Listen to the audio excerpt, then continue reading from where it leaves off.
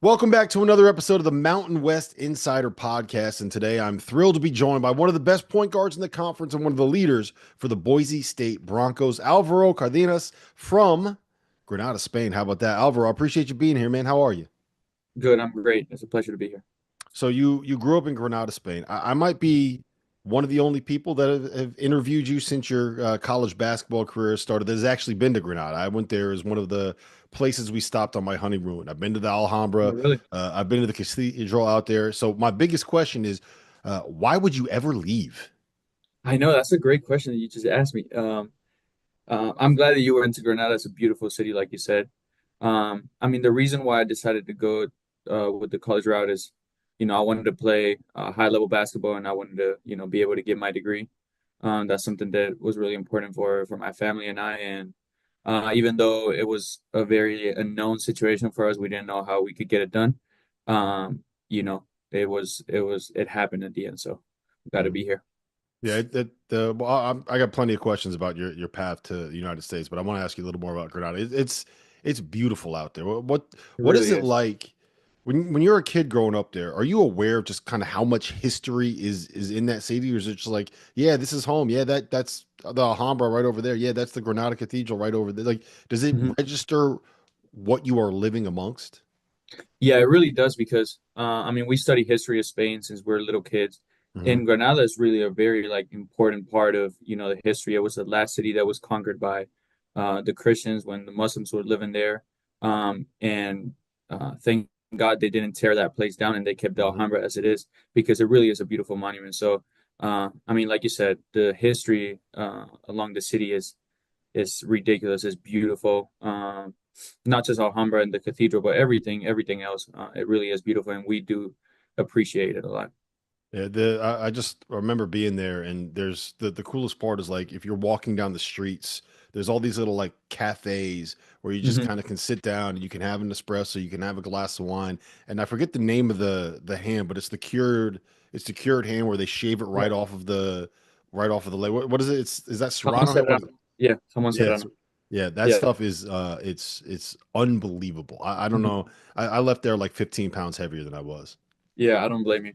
I mean, it's something that I miss a lot. Probably one of the things I miss the most about Spain is just, like you said, just being able to sit in a bar in the street, like a little restaurant, or whatever it is, and having a coffee with your friends, and just sitting there for 2, 3 hours is, it's like a little cultural difference here in the States, The but yeah, siestas, definitely. man. Do you take siestas? Have you made Of that be a course, thing in Boise? of course, everybody does.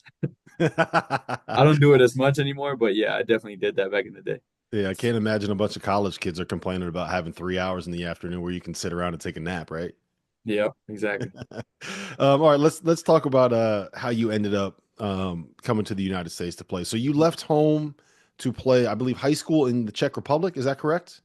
Not high school, so I finished high school and it was more like a prep school. It's called Okay. Get Better Academy. Basically same idea. They just had a lot of contact with college coaches and it was like a way for me to be seen and kind of get in that field. But COVID happened, so it was really, really hard to have coaches trust the film because they can't see you in person. So it was definitely a challenging situation. Yeah, that's kind of what I wanted to get to was Mhm. your last, I guess your prep school year would have been 2020, 21, Yep. right? The basically the year where things were kind of opening back up after COVID shut everything down. So Mhm. how are you getting recruited? How are you getting in touch with these college coaches? Is it word of mouth? Are you just sitting there like chopping up film and mass emailing it out to all of these different places? Are you just relying on your coaching staff? And how is anyone out there to even evaluate you?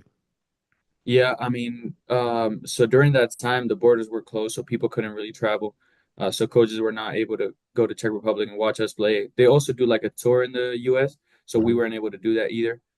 So it was really hard, and I mean, I wasn't in charge of that situation. It was the coaches that were mainly moving my film around and stuff. But I mean, I think I talked to two coaches maybe total, and it was assistant coaches. I had no offers until May. And then I'm sure you're going to ask me, but after that, all of a sudden, one day, San Jose State reached out. David Miller, he's an assistant coach at Xavier now, and I really don't even know how it happened out of nowhere. They saw my film, they liked what they saw, and they offered me a scholarship right away, which was pretty crazy. Yeah, I know David well. He's a great guy. Obviously, has a great eye for evaluation. Were you in that moment? It's May. Are you sitting there like, am I even going to be able to go to college? Is this something where I'm going to maybe have to try to find my way into the professional ranks? Like, what's the thought process there when you get that? It's May. You got to be on campus in June. Like you Yeah. have a decision to make like this. No, literally. Well, if I'm being honest with you, I would lie if I said I didn't have some doubts. I personally thought I was good enough to play in college basketball, but I mean, there's a lot of kids who are good enough and never end up making it, especially coming from Europe. So I definitely have my doubts, and I'm like, well, if this doesn't work out, then I'll just go play professional basketball and try to build my way up here, wherever it is in Europe. So I definitely have my doubts, and I'm like, I mean, it's getting really late. I'm not sure it's gonna happen. So. What was the adjustment like? I mean, you're not only leaving home, you are going to a new country. You're going to play in a new style of basketball in a place where, a different customs, different cultures, different language. But obviously, you speak English pretty well. But how difficult was that adjustment? Not just to playing in America, but living in America. It was definitely a big adjustment. First of all, like I told you, the culture is very different. Um, and San Jose is a good city. Like, you have good things to do around, but I was a little bit shocked by, it's a lot of homeless people. It's pretty Mhm. sad. Downtown is maybe not the best area, but I mean, there's also a lot of good parts about San Jose and stuff. But that was definitely shocking for me to see that because you don't really see that back home. In terms of playing wise, I mean, I just wasn't really ready physically. I was a late bloomer. I'm not really an athletic guy. That's not what I rely on. But coming here, everybody's stronger, faster. They can jump out the gym, and that's really not my game. So I had to work really hard in the weight room to try to, get up to speed and try to compete with those guys. And it took me probably 2 years to fully get, accustomed to the physicality and stuff. So that's definitely something that I had to work on, and then it's hard to be away from your family, especially because there's a big time difference. Is 9 hours when I was back in San Jose. And during the mornings is when we have our practice times, and we're not done until 3 p.m. So then is at that time my parents are already asleep. So I can really only speak to them in the weekends and stuff like that. So it's a little bit hard, but I mean I'm blessed to be doing this, so I always saw it in that way. Yeah, the good thing is you're at least keeping busy while you're doing all of that, right? Like Yeah, you got exactly. wake up, workouts, you got practices, you got classes that you got to get to. Where did you learn to speak English? Is that something that you started developing early on? Because I mean, you speak about as well as anybody. We've talked to a lot of kids on the field of 68 that grew up in Europe, and I think that your English is about as good as anybody we've spoken to.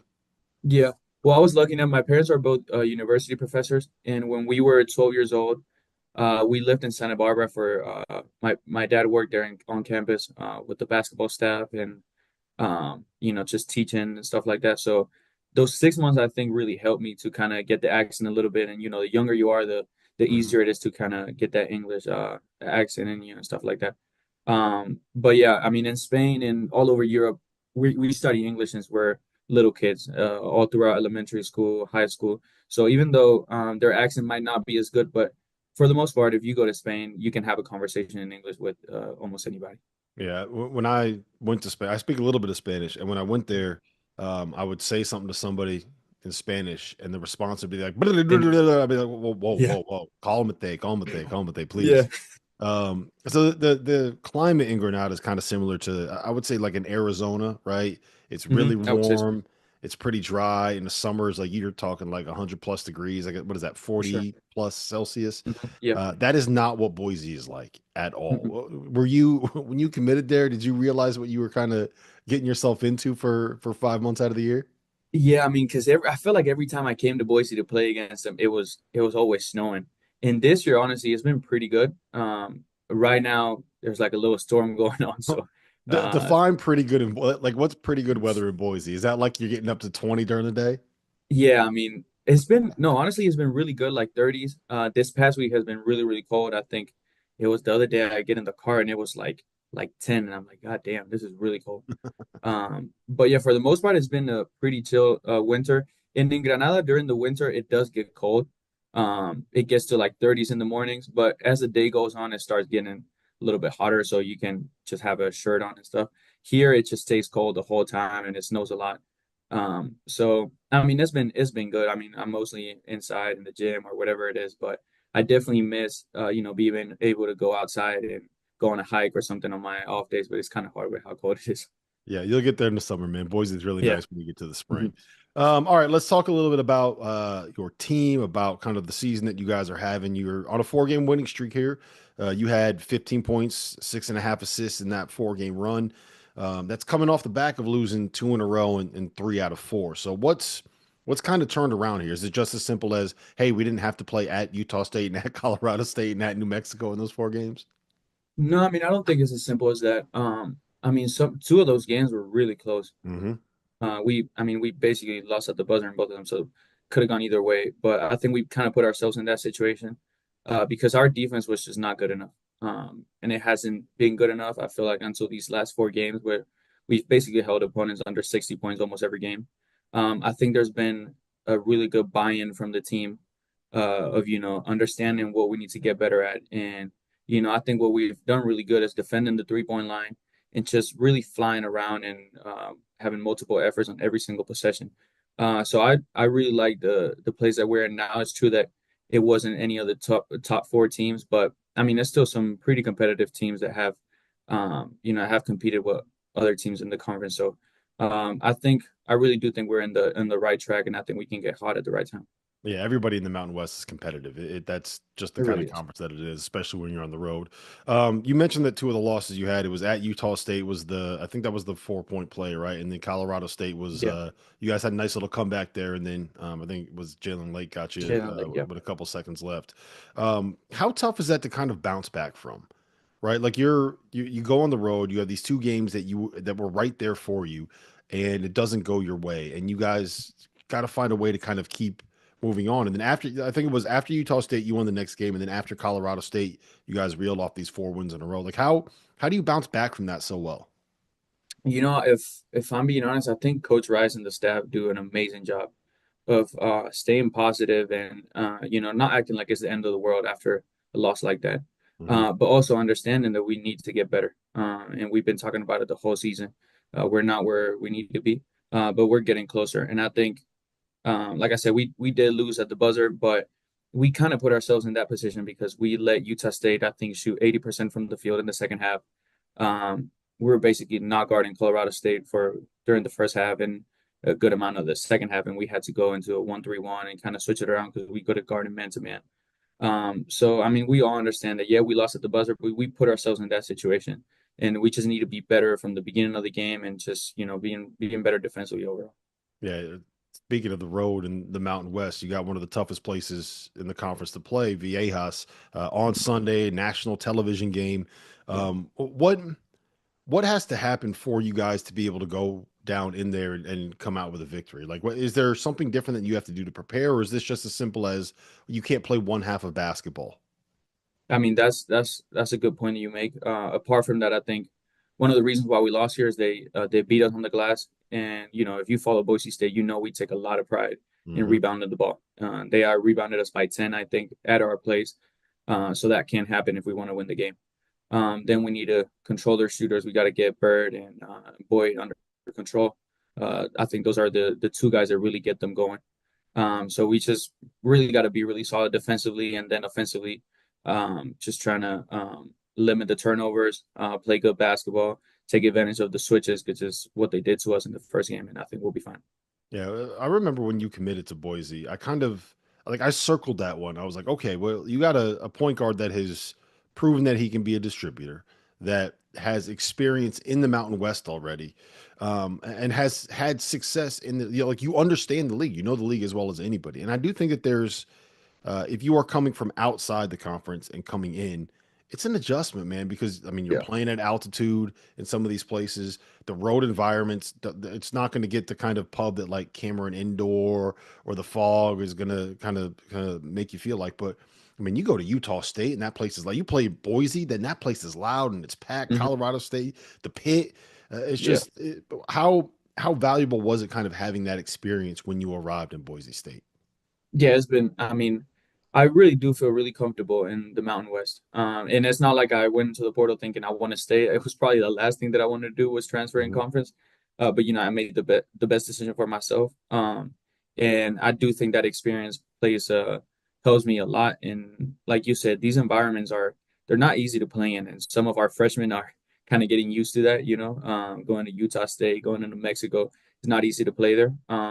But I think we still have a lot of young guys that have to get used to it, and we're trying to me, Tyson, Omar, trying to help them through it. But yeah, I think that experience has definitely helped me a lot, and I feel pretty confident and comfortable in these games. So full disclosure, Tim Miles, Field of 68 probably doesn't exist if Tim Miles doesn't jump on the first year that we're doing this and have a podcast. It was called Oh, seriously? Inside the Mind of Miles. Yeah, before he got I like to tell everybody that the reason he got San Jose State was because we fixed his brand and we fixed his image by bringing him on the Field of 68. But how can you I've never really understood how someone can get coached by Tim Miles, because every time I hear him talk, it's like, I mean, he's the one that's yelling at me right now. He's the one that's telling me to get on the line and sprint. What was that experience like with Tim, and was it as difficult to kind of be coached up by him as maybe somebody that's a little bit more intimidating looking than Tim Miles?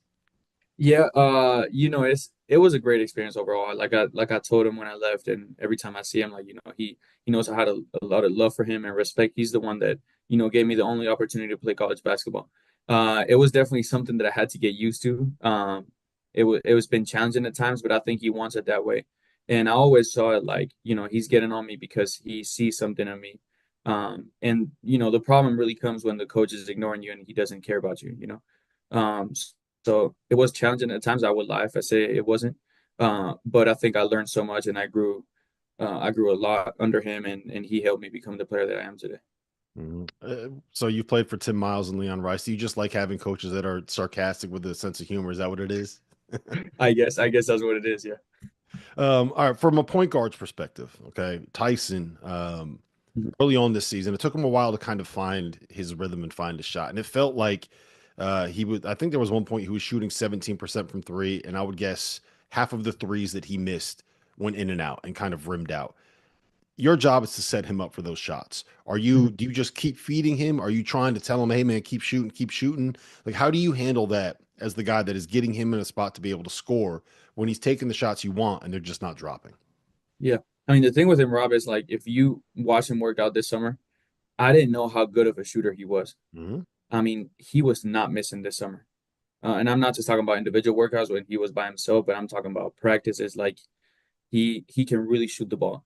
So in my eyes, I'm fully confident that every time he's going to shoot the ball, he's going to make it. And I try to instill that confidence in him. And even though at the beginning of the year, there were even teams like St. Mary's that were purposely letting him shoot, and that was tough for him, I'm sure, because I mean, as a good shooter, you never that might get in your head a little bit, and it might be, I mean, do I keep shooting the open shot, or I mean, that's what the other team wants me to do. So it was definitely, I know it was challenging for him at some points, but he's very even keeled. He keeps his composure. He's a very smart player, and I mean, you guys have been watching for a long time.